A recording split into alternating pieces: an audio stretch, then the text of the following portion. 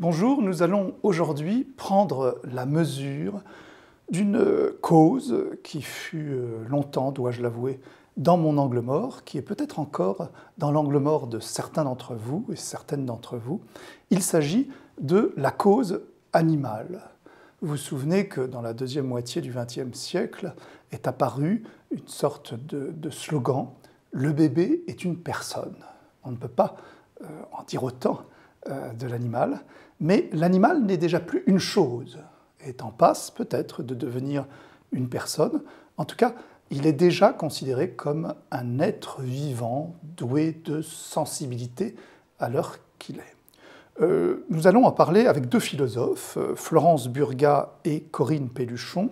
Nous avions demandé à un historien de Lyon, Éric Baratet, dont les travaux portent notamment sur l'utilisation des animaux pendant les guerres. Et Éric Baratet est coincé à Lyon du fait des grèves de la SNCF. Donc nous n'aurons pas le point de vue d'un historien, mais nous aurons le point de vue de deux philosophes, ce qui permettra déjà de comprendre de quoi il s'agit. On a tous en tête, peut-être rares sont les gens qui ne l'ont pas en tout cas, un livre qui avait fait beaucoup parler de lui, d'Élisabeth de Fontenay, et qui s'appelait « Le silence des bêtes » et qui était sous-titré, ce qui vous interpelle directement toutes les deux, « La philosophie à l'épreuve de l'animalité ». Ce livre, je crois, date des années 1990. 99, donc à la fin de l'autre siècle. Mais je voudrais d'abord que nous commencions par un retour en arrière, sans que ce soit forcément un tunnel, mais pour comprendre que cette question remonte, pour paraphraser les chroniques d'Alexandre Vialat, à la plus haute Antiquité. Et c'est à vous, Florence Burgat, que je donne la parole pour que nous voyions que ça a été dans un angle mort, mais pas dans une période historique. L'angle mort concernait plutôt les humains que la période. Oui, il est vrai qu'aujourd'hui, on entend beaucoup dire que ce sont les sociétés riches, n'est-ce pas, qui se poseraient cette question, qui serait, n'est-ce pas, notre luxe. Or, la chose est tout à fait fausse. Alors, non seulement il y a des mouvements de défense des animaux dans la totalité des pays aujourd'hui, c'est-à-dire y compris des pays pauvres, mais comme vous le disiez, cette question remonte en effet à la plus haute Antiquité, et on peut même considérer que les textes fondateurs de notre interrogation sur la légitimité de l'alimentation carnée, eh bien, c'est le texte de Plutarque, « S'il est loisible de manger chair ». Donc Plutarque est un auteur du 1er siècle de notre ère. C'est un texte d'ailleurs que Rousseau va citer longuement dans son traité sur l'éducation, l'Émile. Et puis au IVe siècle, nous avons aussi un traité tout à fait capital qui récapitule les discussions autour du sacrifice sanglant et qui est donc le traité de Porphyre de l'abstinence. Donc cette question a été vraiment posée de façon très pointue, très précise par les Grecs, et on voit déjà s'opposer à l'époque deux camps, si on peut dire, ceux qui défendent l'idée que les animaux sont intelligents, prennent des décisions, raisonnent, ont évidemment des relations, une vie relationnelle, bien évidemment qu'ils ressentent la douleur, mais aussi aspirent au plaisir. Et on peut s'étonner du fait que le législateur est attendu 2015 pour reconnaître ce truisme, à savoir que les animaux sont des êtres vivants et sensibles, ce qui devrait avoir des conséquences juridiques. Vous vouliez, Corinne Pelluchon, ajouter quelque chose sur l'Antiquité en particulier ? Je crois que Florence Burgat a énoncé le texte majeur de Plutarque, qui sert de référence également à des romanciers contemporains. Je pense à Jean-Marie Coetzee dans Elisabeth Costello, qui est un magnifique roman où elle a la réponse de Plutarque quand on lui demande pourquoi donc vous abstenez-vous de manger des animaux. Et elle dit, mais je me demande en fait pourquoi vous mangez des animaux, pourquoi vous faites couler le sang des bêtes quand nous avons des céréales ou de quoi remplacer les protéines animales, et comment fais-tu, toi, pour justement accepter d'incorporer la chair d'un animal qui, finalement, voulait vivre autant que toi. Donc c'est vraiment ce renversement des perspectives qui, effectivement, n'est pas neuf, bien qu'aujourd'hui, l'échelle a changé, puisque à 7,5 milliards d'individus, et avec une intensification de l'élevage intensif, si je puis dire, qui seul peut répondre à cette demande massive de produits animaliers, qui est évidemment beaucoup plus grande que nos grands-parents, hein, et bien forcément, les souffrances, les violences infligées aux animaux atteignent des aberrations. Et donc, la question du végétarisme philosophique, qui es-tu pour faire couler le sang des bêtes pour te nourrir quand tu as de quoi les remplacer? Eh bien, remplacer la chair animale par des protéines, des céréales, etc. Eh bien, cette question, elle devient différente. C'est vraiment comment agir en faisant son bien avec le moins de mal possible des animaux, en étant si nombreux, et quand on sait que la demande en produits animaliers a un coût environnemental majeur. Hein, on oublie souvent qu'environ 14,7% des émissions de gaz à effet de serre sont liées à l'agriculture et l'élevage. Surtout l'élevage, hein, surtout l'élevage. Donc du coup, il y a aussi un accaparement des terres en Argentine, au Brésil. Le soja qui est produit, eh bien, n'est pas produit et exporté à destination des humains, n'est pas consommé par les humains, mais il est produit pour le bétail, puisque le bétail, dans les élevages industriels, les bovins ne se nourrissent pas d'herbe, mais plutôt de soja notamment. Donc vous voyez qu'aujourd'hui, la grande différence, c'est que les modes de production, quand même, imposent des souffrances inouïes aux animaux qui sont élevés indépendamment ou au mépris de leurs normes éthologiques, leurs besoins de base, et qui sont finalement qui ne connaissent au long de leur courte vie que de la souffrance. Et il y a un coût environnemental, et donc il y a une convergence aujourd'hui entre le coût environnemental, l'écologie, la protection animale, et même la santé. Et je finirai par ça, parce que les élevages de porcs, notamment en Allemagne, on utilise massivement des antibiotiques, et nous savons aujourd'hui qu'il y aura dans quelques années des épidémies liées au fait, enfin des problèmes sanitaires liés au fait qu'il y a une résistance aux antibiotiques qui conduiront les personnes les plus vulnérables à ne plus pouvoir être traitées quand elles auront des infections, des grippes, etc. Donc ça, il y a vraiment aujourd'hui, et puis je dirais même qu'il y a un quatrième volet, donc écologie, santé des personnes, cause animale, et aussi conditions de travail, puisqu'effectivement l'élevage industriel, depuis surtout la Seconde Guerre mondiale, eh bien, finalement dessaisit de leur savoir-faire les éleveurs qui finalement sont condamnés à faire un travail qui n'a plus de sens. Donc du coup, on voit qu'on est dans un système qui ne génère que des contre-productivités et dont il faut sortir. La cause est entendue, je sens votre côté passionné à toutes les deux, je ne dirais pas passionnariat, mais ce n'est pas par taquinerie, c'est par méthode. J'aimerais vous faire un tout petit peu, non pas penser contre vous-même, mais revenir sur ces angles morts et cet aveuglement dont vous êtes visiblement, admirablement sorti. Et je voudrais essayer de comprendre ce qui a empêché de voir clair. Je distingue d'une part l'Église, peut-être par une forme de rivalité mimétique. Vous disiez qui sommes-nous pour verser le sang, mais qui sont ces animaux pour prétendre avoir une âme? On sait qu'il y a eu des procès d'animaux et que les animaux étaient essentiellement considérés comme des nuisibles. Et puis, il y a aussi un autre philosophe, si j'ose dire, et pas des moindres, qui n'est autre que René Descartes, avec son animal-machine, qui est précisément dans la négation de tout ce que vous mettez sur le tapis. Et donc, j'aimerais que vous puissiez dire quelques mots de ce que vous devez considérer comme des freins.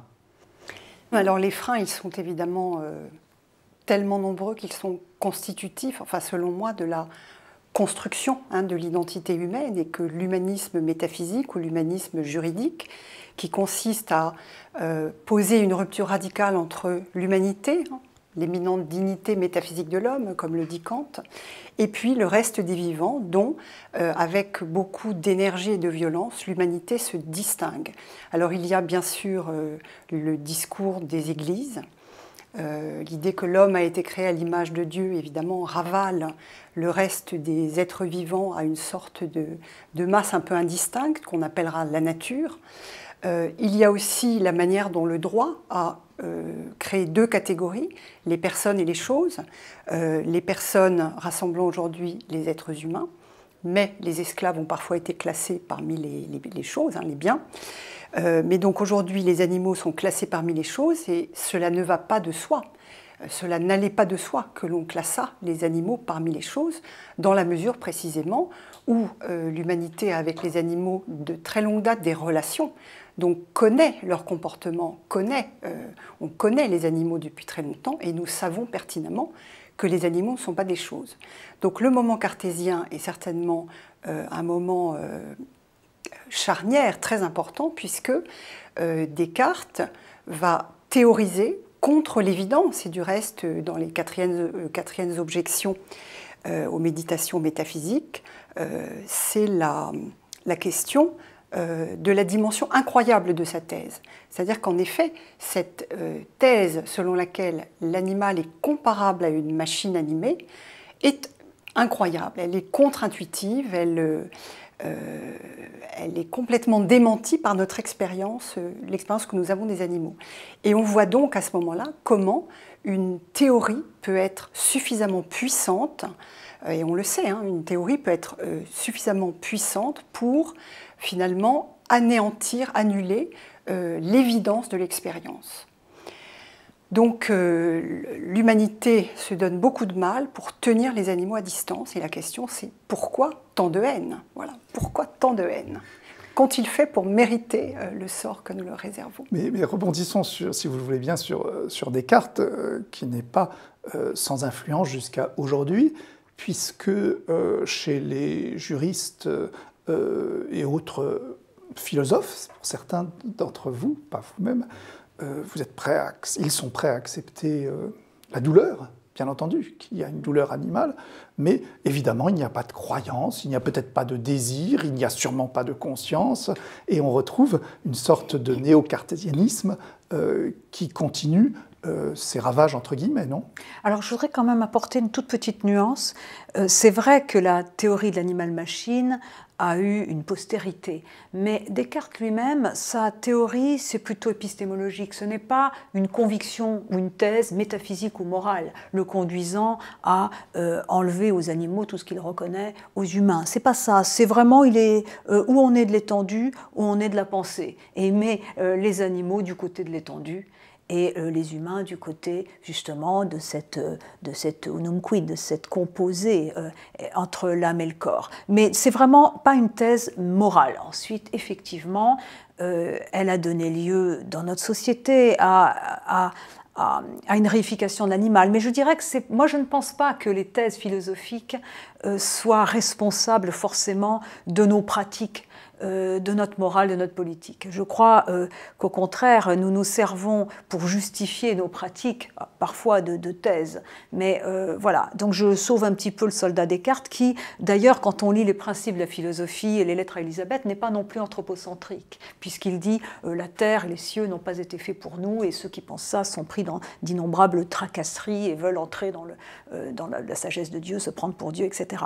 Et de même, dans la Bible, Dieu fit les animaux selon leur espèce. Dans la Genèse et dans le double récit de la création, dans un des récits, nous sommes faits de la même matière. Donc on voit effectivement que ce qui domine la tradition, la manière dont nous avons pensé la tradition, effectivement, ce qu'a dit Florence Burga, c'est-à-dire que nous avons eu tendance à penser l'animal comme un tout homogène à la lumière de ce que nous avions, nous, et à lui retirer, à le penser de manière privative, à le penser comme n'ayant ni pensée, ni n'étant qu'un être qui réagit et qui n'a pas de spontanéité, qui n'a pas de désir, etc. Et effectivement, avec néanmoins quelques voix dissidentes, dont la grande voix de Montaigne dans les Essais, livre 2, l'Apologie de Raymond Sebon, où il dit que finalement nous n'avons pas besoin d'affirmer l'indignité des animaux pour affirmer la dignité de l'homme et que de l'être humain, et que justement il y a des intelligences animales et que nous appelons souvent instinct, ce que nous ne comprenons pas. Donc c'est déjà une ouverture à l'hétérogénéité des êtres et des types de rapports au monde. Alors enfin, je dirais que la grande question, c'est le critère de la morale, ce qui fonde le droit à avoir des droits et ce qui fonde justement la considération morale. Et ça, c'est vrai que l'entrée de la sensibilité dans la morale et le droit, qui est au cœur de la pensée, par exemple, de Montaigne, mais qu'on trouvera surtout chez Jérémie Bentham, donc au XVIIIe siècle, dans ce texte très connu maintenant des principes de la morale et de la législation. La question n'est pas de savoir s'ils peuvent penser, mais s'ils peuvent souffrir. Et donc, à partir de là, eh bien, l'animal est reconnu comme être sentient, c'est-à-dire comme ayant la capacité d'éprouver la douleur, le plaisir, la souffrance, avec un contenu psychique et pas seulement une nociception. Alors là, c'est une critique de Descartes qui est évidente, puisque pour Descartes, il n'y a pas une souffrance psychique chez l'animal. Et puis, et aussi, je dirais qu'aujourd'hui, même la notion de sentience a évolué parce qu'elle n'est pas seulement capacitaire, ce qui réintroduirait des hiérarchies, par exemple, entre l'huître, dont on ne saurait pas si elle est sentiente, et le cheval, qui aurait plus d'intérêt préservé, pour parler comme Peter Singer, qui redonnera justement ses lettres de noblesse à toute cette tradition benthamienne, utilitariste et de sentience. Mais vraiment, aujourd'hui, la sentience, c'est aussi la capacité de l'animal à communiquer ses préférences individuelles, ce qui fait que les animaux, il vaut mieux parler au pluriel, sont chaque fois des êtres individués, sont quelqu'un. Il y a quelqu'un derrière la fourrure, les plumes, qui justement a des intérêts préservés, il veut vivre, sa vie est aussi importante que la vôtre l'est pour vous, mais aussi il a des préférences conformées par sa biographie, ce qu'il a vécu, ses relations, etc. Et il peut même résister aux conditions de détention qu'on lui inflige. Donc ça veut dire que l'animal n'est pas seulement un patient moral qu'il faudrait protéger par le droit, ce que nous ne faisons pas encore tout à fait, même s'il y a eu une évolution effectivement en 2015, mais ce que nous ne faisons pas dans la pratique, j'entends, parce qu'on continue de dépecer, de chasser les renards, etc. Mais qui sont d'ailleurs qui sont les animaux d'ailleurs sauvages ne sont pas encore reconnus comme des êtres sensibles et ayant droit à une protection. Ils sont considérés par le droit en France comme des res nullius, des choses n'appartenant à personne. Donc, mais vous voyez, l'animal, les animaux sont aussi des sujets qui ont des choses à dire, ce sont des agents qui ne parlent pas comme nous, mais qui n'ont pas de philosophie de la vie, qui ne sont ni de droite, ni de gauche, ni kantiens, ni hegeliens, mais qui ont des choses à nous dire et qui sont en droit de nous demander un certain nombre de choses, notamment d'assigner des limites à notre bon droit, de les détenir comme bon nous semble et à nous emparer de tous les territoires, puisque nous partageons avec les animaux une communauté mixte, l'oikos, une terre, et en plus ils subissent les conséquences directes ou indirectes de nos modes de vie. Donc là, on est dans la question animale pose des questions non pas seulement d'éthique ou d'humanité, mais de justice, c'est-à-dire de partage des ressources et de limites assignées à notre bon droit. Et voyez à quel point la question, la religion, sans vouloir la défendre, en tout cas la religion chrétienne, en tout cas dans la Genèse, elle suppose que l'humain est l'intendant, le jardinier de Dieu, et qu'il y a des limites à son bon droit, puisque les animaux sont faits selon leur espèce, et donc il y a un point de vue axiologique extérieur à l'humain. Mais avant de vous laisser peut-être rebondir sur ces questions de justice évoquées par Corinne Pelluchon, Florence Burga, je voudrais tout de même rebondir sur un terme qu'elle a employé et qui est une ruse presque ultime, il faut lui faire un sort, c'est l'anthropocentrisme. Et on a parlé des renards dépecés, et je pense évidemment aux différentes branches, comme on dit, du roman de renard au Moyen-Âge, où il me semble que même si on peut le relire aujourd'hui avec peut-être une sensibilité concernant la sensibilité animale, nous sommes véritablement en plein anthropocentrisme. Et pendant très longtemps, parler des animaux, c'était la continuation de parler des humains par d'autres moyens. Il y a un usage évidemment métaphorique de l'animal qui est très largement répandu. L'animal pour parler de l'humain. Bon, c'est évidemment encore une façon d'escamoter une réflexion sur la condition animale. Ce moment où l'animal finalement n'est pas qui il est. Voilà. Corinne Pelluchon le disait, l'animal est quelqu'un qui demande quelque chose, qui a son point de vue sur le monde, sur sa propre vie. Donc quand on est dans la métaphore, on l'oublie. On a pu aussi, bien évidemment, dévaloriser des humains, des groupes humains en utilisant les métaphores animales. Et ça, quand on fait la critique de cette démarche intellectuelle, on doit aller jusqu'au bout, se dire pourquoi l'animal est-il toujours utilisé comme la métaphore négative.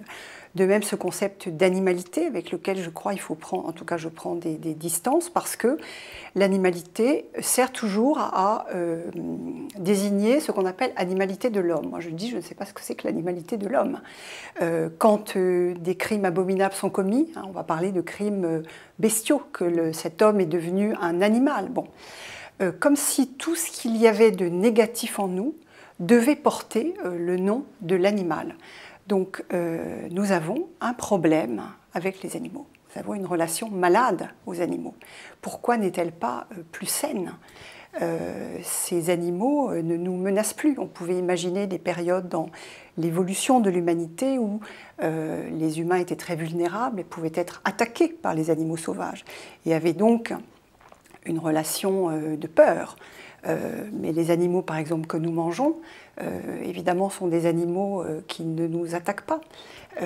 Donc voilà, quel est le nœud de toute cette histoire? Mais ça va très loin parce que quand on pense aux évolutions récentes à l'échelle de l'histoire, prenons le 19e siècle, on dit « Ah, 1845, c'est la création de la SPA, la Société protectrice des animaux, quel progrès !» Mais on regarde 5 ans après, vous avez, vous la connaissez par cœur j'imagine, ce qu'on appelle la loi Grammont. Et la loi Grammont est une façon de condamner les mauvais traitements infligés aux animaux, mais dans l'espace public. C'est-à-dire que domestique, moins. C'est vraiment l'espace public, et donc une façon de protéger encore l'homme et la femme, enfin l'être humain, par rapport à des scènes par trop violentes qui pourraient choquer son exquise sensibilité. Il faut attendre 1959, une loi Edmond Michelet étant ministre de la Justice d'un gouvernement Debré, pour que cela concerne également l'espace privé. Donc, j'aimerais qu'on puisse décortiquer ces espèces de forteresses dues, dites-vous, à un rapport quasiment névrotique à l'animal, et où en sommes-nous et quelles furent les grandes étapes dans l'époque contemporaine, selon vous? Vous en avez déjà indiqué 2 qui sont importantes. Corinne Pelluchon a rappelé que les animaux sauvages sont toujours exclus des mesures de protection. Un animal sauvage peut être protégé par ricochet s'il appartient à une espèce protégée pendant un certain temps. Donc en effet, la condition de publicité va tomber, puis la création du délit d'acte de cruauté en 63. En 76, dans une loi qui concerne la protection de la nature, la sensibilité des animaux est affirmée. Donc elle deviendra l'article L214 du Code rural, donc l'association bien connue L214 porte ce nom, parce que l'article donc stipule tout animal étant un être sensible doit être placé par son propriétaire dans des conditions compatibles avec ses besoins biologiques. Bon. C'est une définition un peu réductionniste de l'animal. On essaie ici de montrer que les animaux ne sont pas simplement affectés par des processus de nociception, mais qu'ils vivent évidemment en première personne, comme on dit, leurs expériences de vie. Donc, cette sensibilité était présente dans le Code rural sans qu'elle ait produit d'effet, par exemple, sur l'aménagement des conditions de détention des animaux. Et puis donc, en février 2015, c'est dans le Code civil. Et ce qui est remarquable, c'est donc la place de cette définition dans le Code civil, puisque jusqu'à présent, les animaux étaient définis par le critère de leur utilisation. L'animal est un bien, c'est-à-dire que c'est sa destination économique qui le définissait. Et il n'était pas défini par ce qu'il était en lui-même.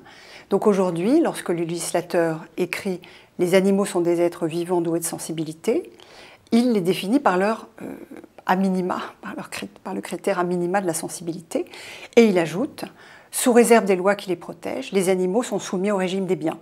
Donc on a cette énorme contradiction dans le droit qui est une fiction, qui organise nos rapports, c'est-à-dire qu'à la fois il y a l'affirmation du critère de la sensibilité qui devrait avoir des conséquences très importantes, et en même temps l'affirmation selon laquelle les animaux resteront traités comme des choses.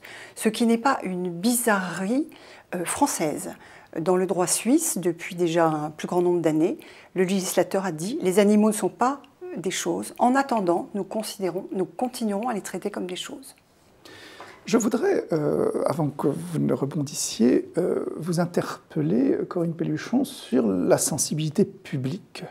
Les choses ont évolué, et souvent la littérature, je parlais du roman de Renard, œuvre du Moyen-Âge, mais il y a une œuvre méconnue et qui me semble capitale par rapport à notre sujet, c'est Les Contes du Chat perché de Marcel Aimé, où il est d'une espèce de modernité, et je prends juste une des nouvelles, vous savez, c'est Delphine, Marinette, les animaux de la ferme, mais aussi les animaux sauvages, et il y a une de ces nouvelles extraordinaires concernant le cerf. Le cerf qui est chassé, et un chien qui devient complice du cerf, qui transgresse sa fidélité au chasseur, qui prévient le cerf, mais le cerf finalement mourra.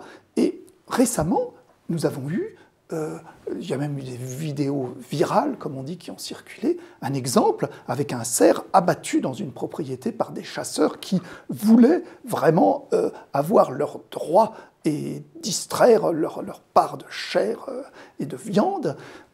Est-ce que vous avez d'autres exemples, outre Marcel Aimé, d'interventions dans le domaine de l'art et de la sensibilité publique qui ont pu faire évoluer les choses au cours du XXe siècle ?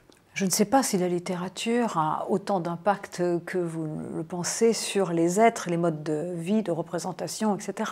C'est vrai qu'il y a un courant important, par exemple chez Isaac Bashevis-Singer, qui montre que la sensibilité pour la souffrance des bêtes est liée aussi à une sensibilité, à des traumatismes aussi, au fait de s'être dépouillé de tout un tas d'attributs sociaux. Il faut être atteint profondément pour être sensible à la souffrance des bêtes. Et là, je reviendrai à une question qui me semble fondamentale, que nous avons seulement effleurée, c'est pourquoi les êtres humains aujourd'hui, qui connaissent les vidéos virales, elles aussi, de L214, qui savent ce qu'on fait chaque jour aux animaux, eh bien, ne changent pas leur style de vie. Pourquoi sommes-nous si nombreux à abandonner l'alimentation carnée? Pourquoi y a-t-il encore de la fourrure, de la chasse à courre en France, hein, parce que je rappelle qu'en Angleterre, la chasse à courre a été supprimée alors qu'elle en est le berceau. Pourquoi, alors que les éléphants, les fauves sont des animaux en voie de disparition et que tout le monde sait que les transporter d'une ville à l'autre dans des cirques et les obliger à faire des tours, par exemple les éléphants, à 40% ils reposent sur les pattes de devant, donc les obliger à se mettre debout, c'est vraiment les conduire à s'affaisser, avoir des problèmes musculaires, articulaires, etc. Bon, pourquoi, malgré tout ce que nous savons, que les éthologues enrichissent, puisqu'ils enrichissent nos connaissances, pourquoi les êtres ne changent pas leur style de vie?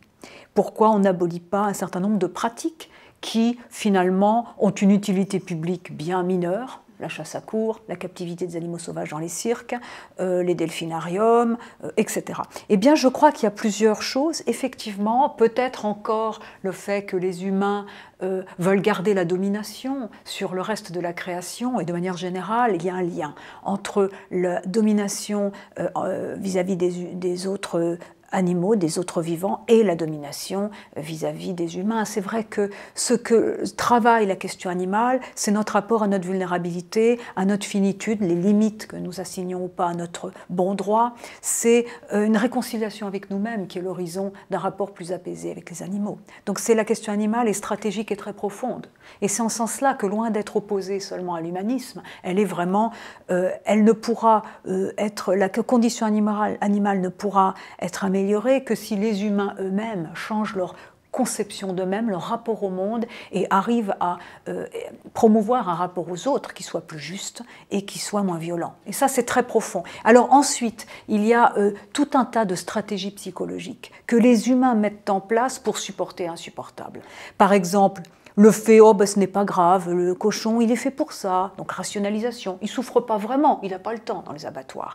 Ou bien le clivage, on se dit qu'on va être très gentil avec son chat, son chien, mais le cochon, le renard qui sera catégorisé, enfin, considéré comme un nuisible, alors là on peut lui faire n'importe quoi. Donc, et puis la dissociation entre la raison et ses émotions. Nous sommes malades de nous-mêmes dans nos rapports aux animaux parce que justement la violence que nous leur infligeons chaque jour nous impose ou impose à beaucoup d'individus humains des stratégies qui les déshumanisent, qui les insensibilisent et qui donc va nourrir encore ce système. C'est pourquoi les personnes comme nous, qui ont pris conscience de cette violence inouïe, et la réalité dépasse la fiction, quand on sait tout ce qui se passe dans l'expérimentation animale, quand on ouvre les yeux sur l'intensité des souffrances animales et le nombre irreprésentable d'animaux sacrifiés, on passe de l'autre côté du miroir, on n'en revient pas indemne. La question après, c'est de savoir ce qu'on fait de cette souffrance, comment la convertir en engagement sans être dans des passions tristes, la détestation du monde, et en essayant de promouvoir un autre rapport à l'autre, humain et non humain,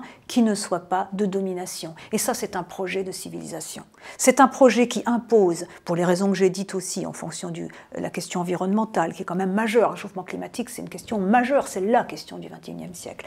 Eh bien, ça impose une reconversion de l'économie pour la mettre au service des humains et pas des multinationales, de l'industrie agroalimentaire qui ne se soucient pas de la santé des personnes. C'est pour promouvoir plus de justice envers les autres humains et non humains avec lesquels nous partageons la Terre. Donc vous voyez que c'est une question vraiment profonde et c'est aussi nous réhumaniser. Car pour moi, en tout cas, la question de ce qu'on fait aux animaux chaque jour, c'est quelque chose qui, moi, m'enlève une grande partie de ma joie de vivre. Parce qu'un monde comme le nôtre, qui laisse faire des choses, mais encore une fois, la réalité dépasse la fiction, c'est un monde qui nous conduit vraiment à une déshumanisation, qui nous appauvrit, car le rapport aux animaux, il est spécifique, il se situe sur le plan du pathique, des émotions archaïques. Et c'est pour ça que les contes dont vous parlez travaillent sur ce côté archaïque, sur l'enfant en nous. Et c'est ça que justement, on nous a amputé de cette dimension-là dans la société technoscientifique. Et c'est ça qu'il s'agit de retrouver. Et ça ne veut pas dire que nous qui nous soucions profondément de la cause animale, nous ne nous intéressions pas aux humains, aux pauvres, que nous soyons contre l'économie, etc., que nous ne soyons pas, que nous soyons anti-humanistes. Loin de nous. Florence a, comme aussi Derrida, Elisabeth de Fontenay, ont montré que la philosophie soumise à l'épreuve de l'animalité avait des choses à corriger dans la conception de l'humain, dans cet humanisme anthropocentré qui a été si longtemps le nôtre. Mais ça ne veut pas dire qu'il faille jeter aujourd'hui le bébé avec l'eau du bain. Donc il y a, voilà, et ces approches-là se complètent, la sienne et la mienne. Mais voyez que toutes ces questions-là, et en ce sens, la littérature aurait sans doute beaucoup de choses à dire et à faire, et l'art de manière générale, pour inciter les êtres humains à justement dépasser ces stratégies psychologiques qui finalement les empêchent d'opérer la transition écologique et solidaire qui est vraiment à l'horizon, en tout cas, de notre survie, car c'est de cela dont nous parlons aussi. Avant de conclure sur ce qu'il faudra retrouver, je voudrais, dans le sillage de ce que vient de dire Corinne Pelluchon, vous interroger sur ce que nous perdîmes. Parce que des penseurs ont proféré, ça ressemble à une profération, mais c'est peut-être quelque chose qui va de soi pour vous, que par exemple le nazisme n'aurait jamais eu lieu s'il n'y avait pas eu cette espèce de rapport vicié, névrotique à l'animal. Et qu'en définitive, ce que vient de dire à l'instant Corinne Pelluchon, si on le pousse, on aboutit au camp de concentration, voire d'extermination. Est-ce que là, vous pensez qu'il y a un continuum où vous vous insurgez ?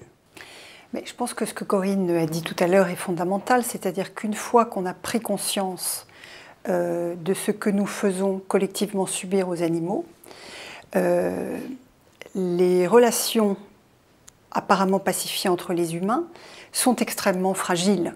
C'est-à-dire que tant que nous pourrons traiter les animaux comme ça, je crois qu'en effet, nous pourrons rouvrir des camps de concentration. Alors, beaucoup d'auteurs ont fait l'analogie. L'analogie, qu'est-ce que ça veut dire? Ça ne veut pas dire les animaux et les juifs, les tziganes sont les mêmes individus. Ça ne veut pas dire ça.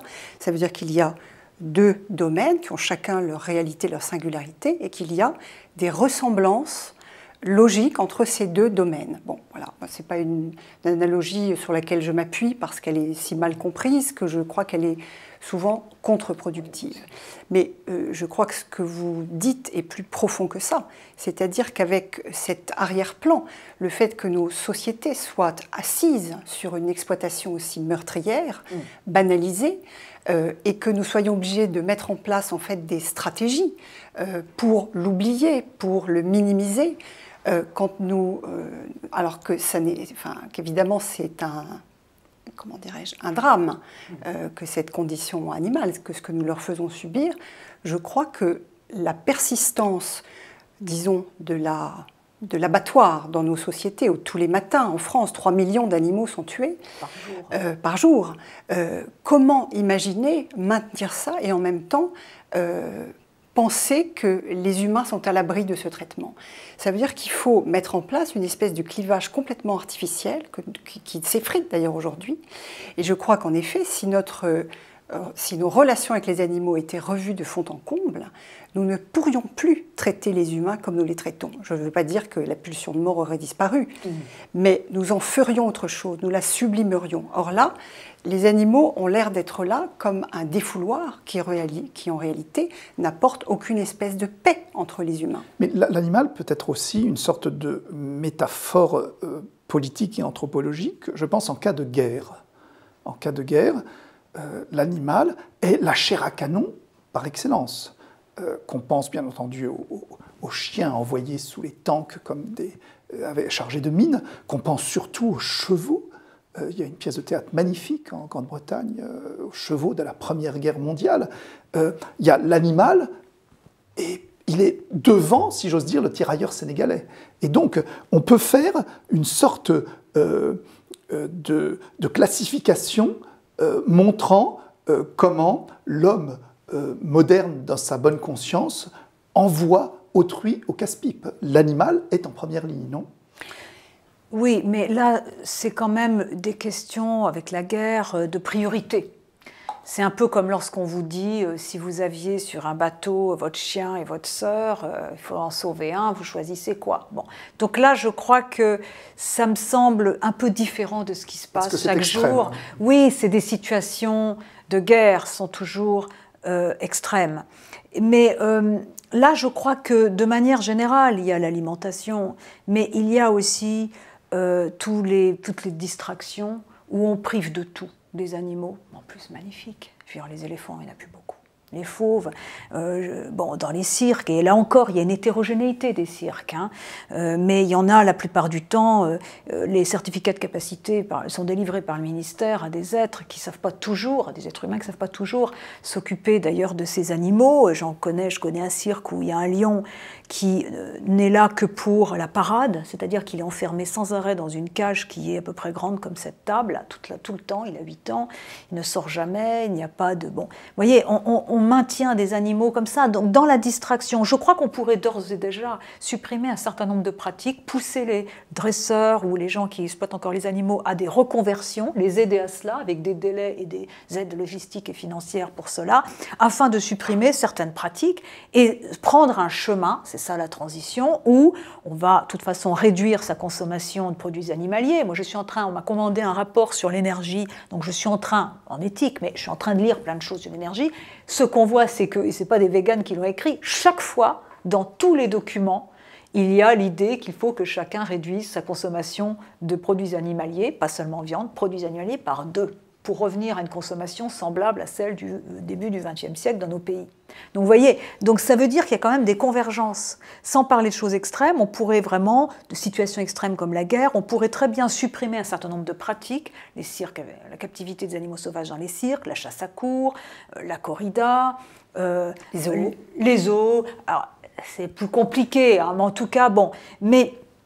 En tout cas, et puis s'engager sur une transition alimentaire pour que les personnes réduisent leur consommation de produits animaliers, qu'on supprime l'élevage industriel, donc du coup, évidemment, le prix de la viande serait différent, que le salaire octroyé aux agriculteurs et aux éleveurs, eh bien, ce serait aussi pour des services écosystémiques et pas seulement pour la production d'aliments, etc. Bon, tout ça, de toute façon, c'est nécessaire pour des raisons environnementales. Donc on pourrait faire des choses, on ne le fait pas. Et ça, c'est ma grande énigme. Pourquoi? On a tout, on a les cartes en main. Et ce n'est pas seulement le droit.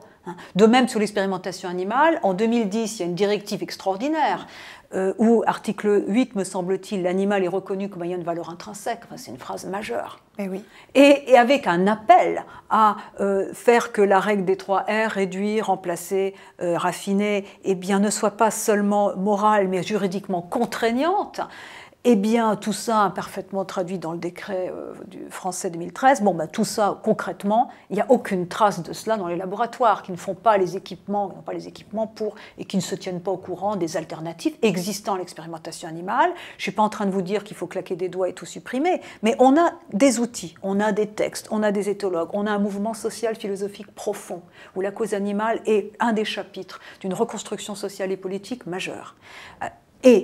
Et rien ne se passe. Donc ça, c'est quand même quelque chose, cet écart entre la théorie et la pratique, moi, c'est une question qui vraiment, que je pense être la question fondamentale, et c'est la raison pour laquelle il faut travailler à politiser cette cause, pas seulement en attendant tous des représentants, mais en constituant une force au niveau de la société civile, en invitant les êtres, et même encore les gens qui exploitent les animaux, à s'organiser pour participer à cette transition, et puis en faisant pression pour qu'un jour, eh bien, évidemment, le politique s'empare de cette question et qu'elle devienne cruciale. Comme la question environnementale est devenue cruciale, pas encore assez, puisqu'elle ne permet pas encore de réorganiser l'économie.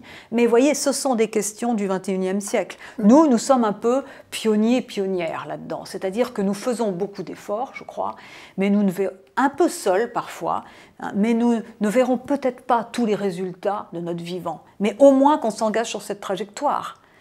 Et pour l'instant, on parle, mais on n'en est pas là. Et c'est ça qu'il faut, je crois, dans les années qui viennent, dans les 2 ans, 3 ans qui viennent, c'est ça qu'il faut au moins faire passer, de la théorie à au moins prendre une trajectoire, prendre un chemin pour qu'il y ait quand même des résultats. Et je finirai par dire que dans certains pays, il y a des résultats. La Norvège, il y avait 200 à 250 élevages de fourrure.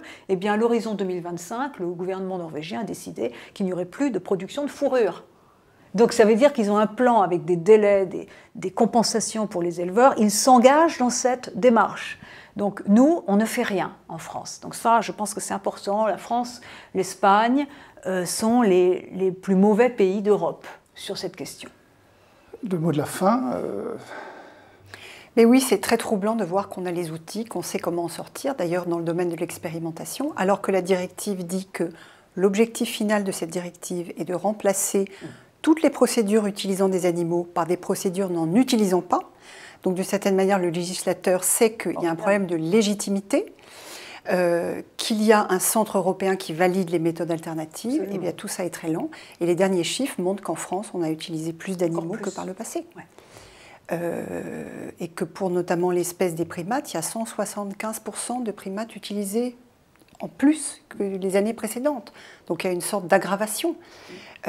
Pourquoi? Que se passe-t-il alors qu'en effet le mouvement est enclenché? Eh bien nous verrons si en 2031, pour le centenaire de l'exposition coloniale de 1931, où il y avait eu le scandale des zoos humains, on y apercevait en particulier des Kanaks, nous verrons si en 2031, aller aux zoos, il y a une fameuse chanson de Fernandel qui pourrait servir de générique, si on avait le droit, et si elle était libre de droit, c'était « Je vais aux zoos avec Zizi » et l'on se promène au ralenti devant la cage des kangourous où on se dit des mots doux, etc. Nous verrons si en 2031, les gens iront toujours avec autant de bonne conscience incompréhensible aux zoos. En tout cas, merci à vous deux, merci surtout à Françoise Blum du Centre d'histoire sociale du XXe siècle qui a permis que reprennent nos conversations avec des universitaires, de façon que la littérature grise, comme on dit trop souvent, de façon que les travaux universitaires irriguent davantage l'esprit public grâce à ce genre de rencontres. Merci à vous deux et à une prochaine fois. Merci.